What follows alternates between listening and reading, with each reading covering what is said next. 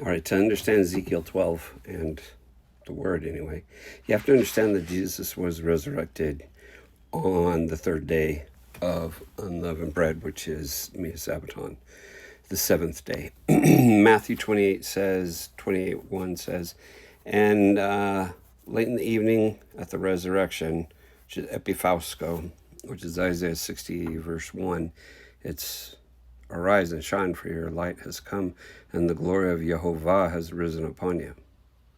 So it wasn't the sun that they saw in the morning in the dark. It was in the evening about the 9th hour when Yeshua was resurrected. And so late in the Sabbath among a certain Sabbath. Mia Sabbaton doesn't mean on the first day of the week. It doesn't. It means a certain first Sabbath. It would be like saying Echad Sabbath, Shabbat. So, so Jesus Christ was crucified on Passover, Nisan 14. Passover's on Nisan 14, always has been, always will be. At about the 9th hour is when they killed the Passover lamb. That's about 3 p.m. when he was killed. Okay, 3 days and 3 nights from Passover, Nisan 14, is Nisan 17, which is the third day of unleavened bread. And that year, it was Mia Sabbaton, a certain Sabbath. So you have to understand that, because the rebellious house. All right, so who created, Easter Sunday and Good Friday? It doesn't line up with the word of Elohim at all. It takes element of truth and applies it to the nations, their gods, and the people who they say is Elohim. It's not. They're saying this is Elohim. No, it's not.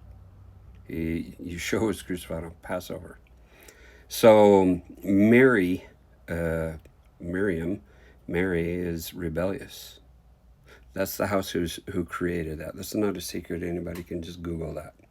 Okay, it's no big secret at all. They Canons of Laodicea in 8363, laws 27, 3738, basically does away with the Sabbath and Passover. Okay, Cogwriter, Google Polycrates of Ephesus. Polycrates was the bishop of Ephesus. Polycarp was Smyrna, and Polycarp was the disciple of John. Polycrates, the disciple of Polycarp, and they refused to do the Easter. They were keeping the 14th day of the month, which is determined by the moon, new moons and Sabbaths. So don't let anybody judge you for keeping the new moons and the Sabbaths. So the rebellious house, they're the ones who created that. And my doggies wanted to come in, and I can't let them in here. So now the word of Yehovah came to me, saying, Son of man, you dwell in the midst of a rebellious house, which has eyes to see but do not see, and ears to hear but do not hear, for they are a rebellious house. Therefore, Son of man, prepare your belongings for captivity, and go into captivity by day in their sight. You shall go from your place into captivity to another place in their sight. Remember, Yeshua led the captivity captive? He went into Abraham's bosom and brought those people out into heaven, because prior to that, you couldn't, you went to Abraham's bosom, you couldn't go to heaven until after the death, burial, and resurrection of Yeshua Messiah. So they were in Abraham's bosom. And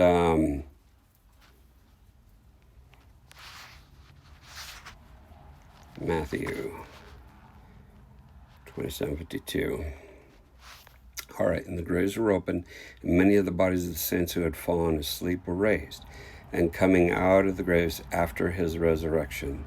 So that happened on the 7th day, in the evening after about the 9th hour. That's when it happened. So that is why, so Ezekiel is being instructed, by day you shall bring out your belongings in their sight. Well, that's what happened in Matthew 27:52. Okay. And an evening, and at evening anyway, you shall go in their sight. That's what happened. Like those who go into captivity. Dig through the wall in their sight and carry your belongings out through it. In their sight you shall bear them on your shoulders and carry them out at twilight. Because that's when Yeshua took everybody out of Abraham's bosom and brought them into heaven. Okay? He was the first fruits to them and to those who had fallen asleep. And they were his first fruits to his Father. So, and this is on the Sabbath. Third day of unleavened bread, me a Sabbath on a certain Sabbath. In their sight you shall bear them on your shoulders and carry them out at twilight. You shall cover your face so that you cannot see the ground. No, for I have made you a sign to the house of Israel. So this is also prophetic of his second coming as well. Because what's going to happen is the people do not listen and they go into captivity in Babylon at that time.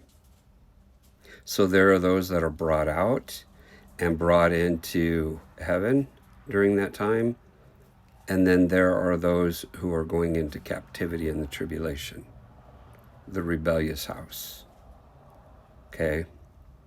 So you say, well, I don't worship Mary. Well, you go to church on Sunday, right? Okay, so yes, you do. You keep her commandments. Mary died a widow of Joseph. So she's not the queen of heaven and earth. She didn't remain a widow, or she didn't remain a virgin, and she didn't ascend to heaven. She had kids, and that's a historical fact. So they go into captivity at that time when they could have gone out. So Matthew 13:56, is this not the carpenter's son, and is not his mother called Mary, and his brothers James, Joseph, Simon, and Judas? James wrote the book of James, Judas wrote the book of Jude. And his sisters, are they not here with us? So Mary was married to Joseph. She didn't remain a virgin.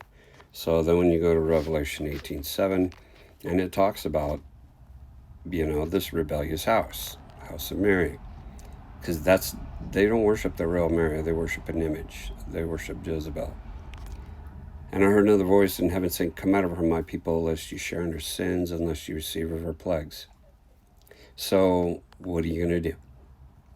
Are you going to come out when, as a sign of what already happened on the seventh day, on the third day of unleavened bread, on 7-day Sabbath, about the 9th hour?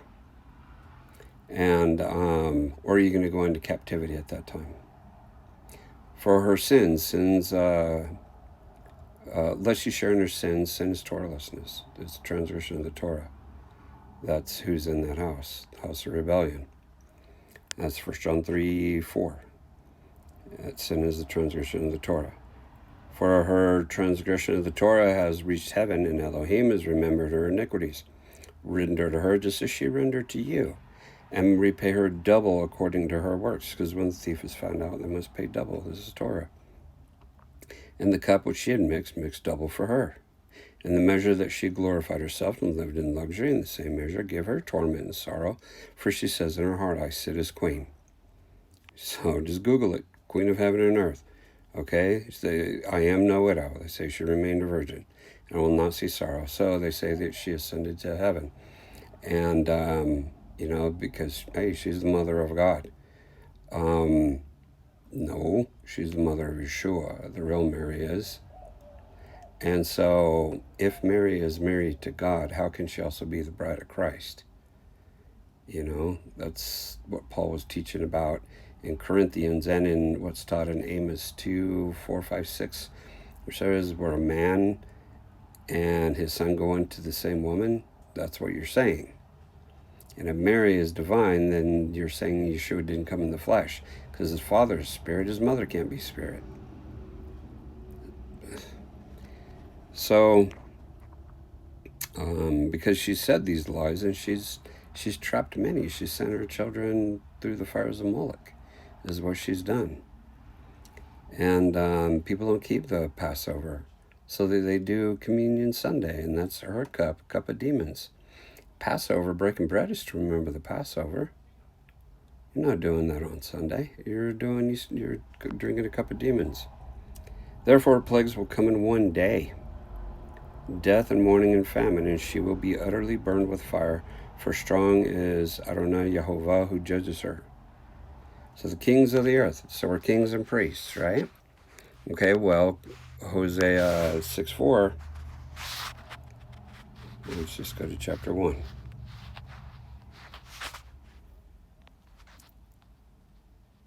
Revelation 1:6, and has made us kings and priests to his Elohim, and Father, to him be glory and dominion forever and ever, amen. Okay, so you lose your priesthood when you forget the Torah. So therefore it's just the kings, not kings and priests, just kings. So the kings of the earth are. So, amen. I pray that you understand. Amen.